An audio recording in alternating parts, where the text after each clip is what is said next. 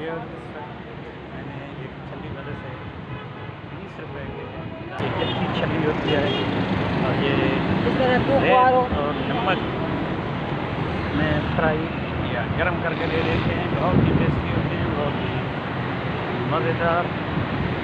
मैं तो अक्सर बेशतर यहाँ से करते हुए इसे ले लेता हूँ और यकीनन ये सारा दिन यहाँ तो में खड़े होकर ये काम करते हैं, बच पालते हैं। ऐसे हज़ारों फैमिली हैं जो फुटपाथों पर बैठ कर अपने घर का चूल्हा जला रहे हैं, घर का नज़्म नस्क़ चला रहे हैं। इन्हें बैठने के लिए कहीं और जगह नहीं मिलती, ना ये किराए अफोर्ड कर सकते हैं। यही एक इनका एक नज़रिया है जहाँ वो सस्ते दामों अपने लिए एक ठिया तलाश कर लेते हैं। लेकिन फुटपाथ पे चलने वालों को तकलीफ़ तो होती है, लेकिन ये भी देखें कि इस तरीके से कितने घरों का नज़्म नस्क़ चल रहा है, कितने का किचन चल रहा है, बच्चे पढ़ रहे हैं, इनकी मुश्किलात हैं। हम इर्द गिर्द जब भी देखते हैं हमें कहीं ना कहीं ख़वातीन, बूढ़ी माएँ ये काम करती नज़र आती हैं। पकौड़े बेच रही होती हैं, बूढ़े छलियाँ बेच रहे होते हैं, कोई फुटपाथ पर पर्स बेच रहा होता है। आपने भी देखा।